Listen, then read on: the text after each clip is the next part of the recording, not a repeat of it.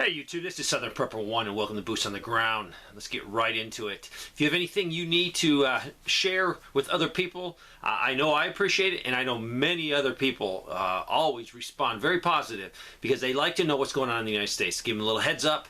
Also, it really helps them modify their plan, their survival plan, things that might be short in your area. They can then pick up and make sure they're topped off. So let's get right into it.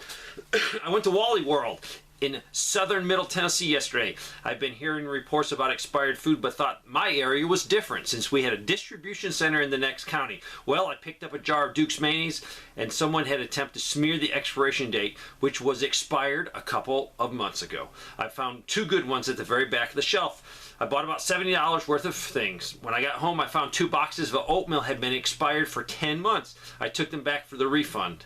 The customer service rep took them back, didn't say nothing, didn't even seem concerned. I looked to her back and saw a cart full of expired items that had been returned. Their stock has been going down, so I guess they're trying to make it up any way they can. Most people won't drive back for a refund since gas that would be used would be more than a refund. This is a small town in southwest Washington State. Just want to let you know that gas went up another 20 cents already. That's the third increase in 1 month. We're paying now $5.59 here in a small town, and they're paying as much as $5.79 in our larger town 12 miles away. This is from North Texas. Chicken feed at Tractor Supply 2 weeks ago was $13 a bag. It went up this week to $16 a bag. Last week diesel was $3.97. Today it is $4.42. Dave, I drove by the gas station that I mentioned, and the diesel jumped in the last 12 hours to $4.59 a gallon, from $4.59 to $4.89. That's crazy, 30 cents. Hello, and thank you for your work informing everyone what's going on. Just reporting the gas prices in my area. Wednesday, this last week, it was $3.29.9 at the place I get. Today, it is $3.49.9.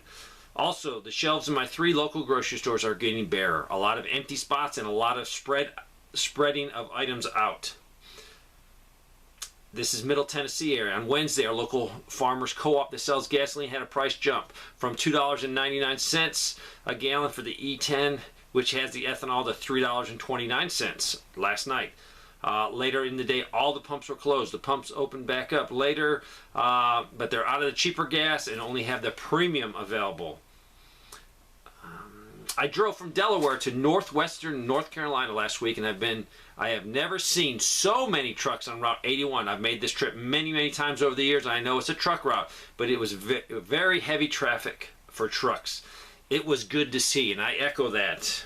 Commerce moving in the United States is a good thing. My father and I drove to Jefferson, Indiana yesterday to go buy chickens at Rural King since our Tractor Supply in Louisville were done selling chicks for the year. We got 20 chicks. And when we went to check out, I was asked for ID. I asked why, and they said it's now required on all live animals purchases. I've got a couple of these reports of sort of tracking your live animal purchases. We went to Universal Studio Orlando, Hollywood, and SeaWorld the last few days. Parks are absolutely unbelievably crowded, so people are still spending money. This is from Michigan. This is a local emergency response team, and FEMA has requested coordinates with call signs for all local ham operators. Never asked before. Why not? Also reports from New York State, beekeepers are being asked to submit coordinates for their hives. And then you've all heard about the USDA wanting coordinates for all home gardens. The state of North Carolina approved Duke's energy rate. It was a 18.1% increase, and it was for residential customers. It will take effect October 23rd. They're trying to be positive, and they said, I guess it could have been worse, but 18.1%. Like many others, I focused on being resilient, and actually I'm harvesting 27 meat birds today. I bought a second freezer yesterday. Pork, eggs, lamb, and beef in the future, so they're going to stock that freezer up. And they do all this, raising their food on 2 acres. Inflation, my wife said I was crazy buying all that meat, and they bought meat before it went up. Yesterday, I thawed some pork tenderloins from 2021 that was less than $2 a pound. Right now, it is at $4 a pound if you went and bought the same meat. That is crazy inflation. Central Texas has a new farm store opened on Tuesday, and on Friday, the 357 mag ammo had a $4 rise in price at the register, but the store honored the sticker price. So they opened on Tuesday, and already they had a price increase that they didn't even have time to go change the shelf price. Since the last couple months, the Del Monte jarred fruit products like peaches and other fruit products have been reduced so much that you can't even see the product anymore under the label at the bottom. So I don't know if he's referring through a glass or if he opens up and looks, but we are having shrinkage in everything. This person says, I'm getting terminated from a school near Mount Shasta. I believe that's in Washington State. I could be wrong. The reason, I'm 59 years old, white, conservative, and a Christian. And he's saying that this charter school has just turned totally woke, openly supporting socialism, communism, and Antifa. So he is probably, well, I know he is, he's looking for a job because they're not going to keep him around. He also said the gas prices in Mount Shasta are $6.40 a gallon and rising. The price of food increases almost daily. So he is looking to get out of that state and go somewhere else. I hope everything works out for him. There was a few days ago a paper mill manufacturing fire up in Michigan. This person wanted to explain, I reported on this person seeing like 100 Hispanic males outside a bank. All the Hispanic males outside of the bank are probably trying to get their checks cashed, and these would be work checks. Electric companies bring in these large groups every year. They spray chemicals stronger than Roundup on all the company's power lines. So basically, the electric company flies them in, gives them housing, vehicles, whatever they need to get the job done in that area, and then probably go on to another place to spray the chemicals to protect the power lines. They're saying that they used to cash a lot of checks at their store. I guess they had a grocery store, a convenience store, and then this was stopped because of the government, and you then had to go through the bank, I guess because of more paperwork requirements. This is Connecticut. First, thanks for sharing Boots on the Ground. It helps us be more prepared and aware, and that thanks needs to go to all of you that has sent in reports. You are the reason. People are very much happy with it. We ordered oil for delivery today. Saw on the local Facebook forum that people who ordered oil were getting calls from the oil company canceling because they were out of fuel. My oil company did deliver. It was late, but they deliver. When the driver was here, she got a message from her boss saying another company is out of oil, so she has to add 5 more stops on a already very late day. She told me this was the 5th company today that is out of oil. Glad our wood stove is coming in tomorrow. Going in tomorrow, so that is awesome. If you need oil, you need propane, get it now, please. Answer to the question of the toilet paper shortage. And I don't know if there was, some person reported that it was very low. I think it was a Sam's Club. I work in the hydraulics and automotive industry for a company based in Germany. I cover Virginia, West Virginia, and North Carolina. I spoke with my counterpart from Europe about 2 weeks ago. Almost all paper plants are shut down over there due to the natural gas shortage, with no known date of coming back online before the first of the year. These plants run totally on natural gas. Our plant here in the United States are currently running at 125% of capacity and trying to ease Europe's problem. The problem is when one of our plants break down, parts are 16 to 15 weeks lead time to repair. I've been helping them find machine shops to actually build parts from scratch to replace the parts they can't get in time. I could go on about other industries, but I thought I would give you the scoop on this. This person, we live in Woodland Park, a mountain town by Colorado Springs. In the recent weeks, our Walmart is beginning to show empty shelves. The large Equate vinegar was out. It is back, but now instead of $3, it is up to $3.30. That looks like it's just a 30 cents, but in reality, that is a 10% increase. The sugar section was completely bare today. I've been slowly stocking up on organic vegetable broth, watching the expiration date.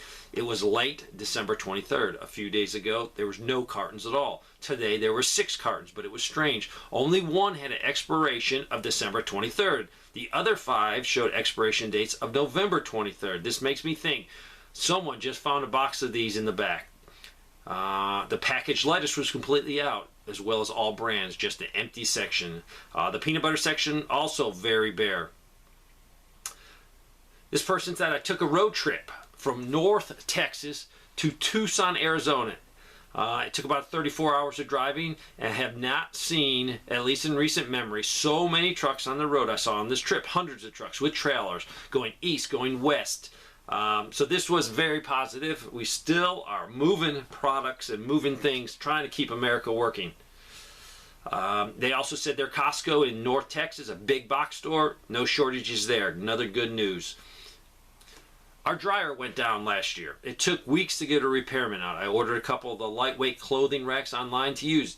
I discovered an awesome feeling, like you had 60 years ago growing up when you had to hang the clothes outside the old-fashioned way. Fresh air, sunshine, makes them smell terrific. I now do it this way frequently when the weather permits. I save on the electric bill too.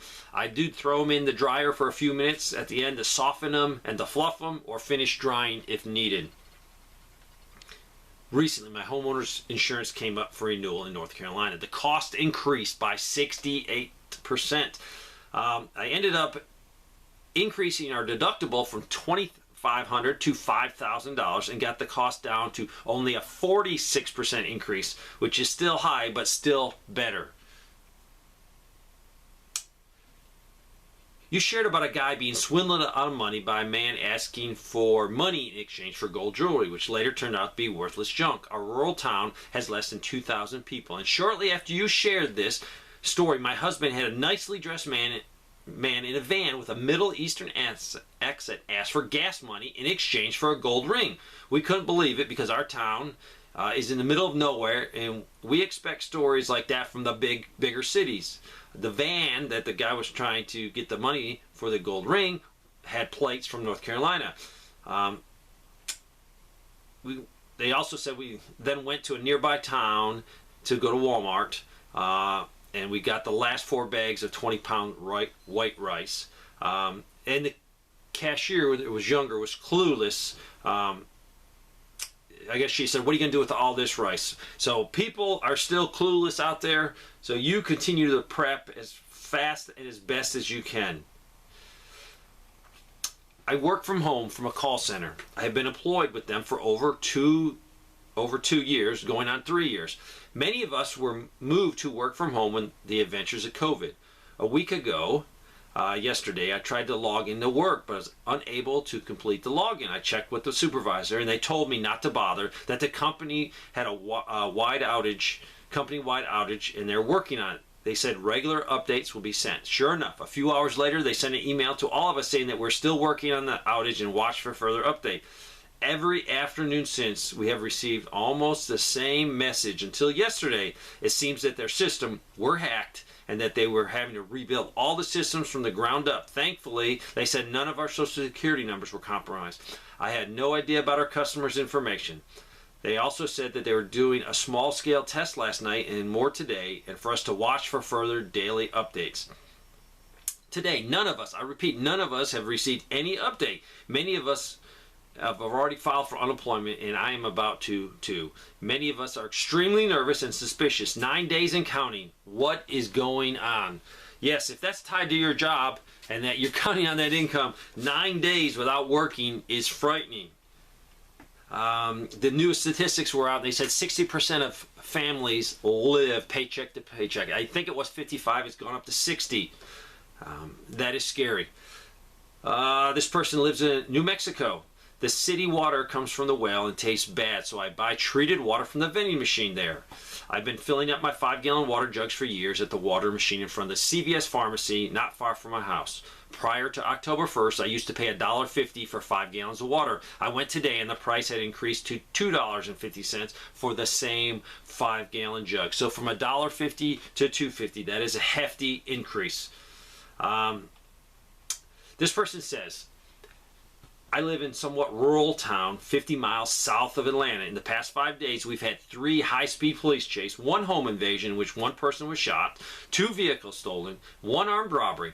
Note that we are immune to crime, and this is out of the normal for our community as we are near the county line. People are getting desperate. Keep your head on a swivel. So yes, I guess they've been pretty peaceful and pretty easy going on the crime there, and all of a sudden it has exploded. And they're thinking people are getting desperate, and I agree with that. There was a very large gun show, and I can't remember what. I want to say Wisconsin, but don't hold me to that. But it's a large gun show, and it draws a large crowd, and the atmosphere is always lively and energetic. It was totally different on Saturday. People came out in big numbers as usually, but the vibe was gloomy and dreary. Everyone acted like they had no money to spend as they shuffled down the aisle. The room had zero buzz or energy. I've been attending this show 3 times a year for over 30 years, and this by far was the slowest I have ever seen. There is a huge lack of discretionary income out there. Afterwards, they stopped at my favorite Chinese restaurant to get my meal for a carry-out, and the price had risen. It used to be $11.50. It is now $14.30. So that's almost a 25% increase in cost. This person went to my local Dollar General Saturday. I did my digital $5 off if you spend the $25 coupon for my family. The assistant manager is a friend, and she said the store will not be printing any more of those paper coupons on the receipts anymore. So that definitely, they are cutting back. They also said the canned meat stock was pretty much non-existent. Only a few cans of the high-dollar chicken breast and scattered cans of potted meat. Last week, my 6-year-old brought home a cold from school and gave it to my 1.5-year-old. Got sick from it. Worse than his brother. I tried to have him take him in to get his pediatrics to be seen, but they had no open appointments, nor would they fit him in. And the closest one that I could get an appointment was 30 minutes away, and the other one was about an hour away. I ended up taking him to an urgent care. She was worried it was pneumonia and sent us to the children's ER. And the nurse who saw him didn't think it was pneumonia, so we got sent to another part of the hospital. Turned out he had the croup and a start of an ear infection. They gave him a steroid and amoxicillin and set us on our way. What a sad day it is not to be able to get our kids into a doctor when they're actually sick. So she was upset about this, and it's rightfully so. When you have a sick child and you're trying to get a doctor's appointment, you can't. It's very frustrating. So they had, I guess, an urgent care visit, and then they had a hospital visit. So it's going to be hundreds and hundreds of additional dollars for them in expenses if they could have just got in and saw their pediatrician. I've been a nurse for almost 30 years. I have never, ever experienced anything like this in the last few years of my life. I could say a lot, but I'll keep it to the point. I work in a transfer center where I coordinate transfers from a smaller facility to a larger facility for the higher level of care or specialty care. My advice to everyone is this: if at all possible, if you need to go to the ER, go to the ER where your doctor has privileges at the hospital. People are waiting days, weeks for beds. The staff shortage is huge. I tell people no more than to get ready, because even the medication shortage in the hospital is increasing. So she actually said their husband was out on work at another state, and he got sick, and he had to wait 3 days to get a prescription filled for medication. So yes, the medical services are definitely getting worse and worse. And I have so much more to cover, but time is up. 20 minutes is all we get for Boots on the Ground. If you're needing a prep, and you know you need a prep, just prep. If you're being lazy, please get motivated. The serious things going on in this world, the Russia, Ukraine, the threat of nuclear weapons, these are real threats that will affect us. Plus the economics of every day, our $31+ trillion in debt is not going away. It's just getting worse. So I don't want to scare you. I want to motivate you to keep prepping. Thanks for watching.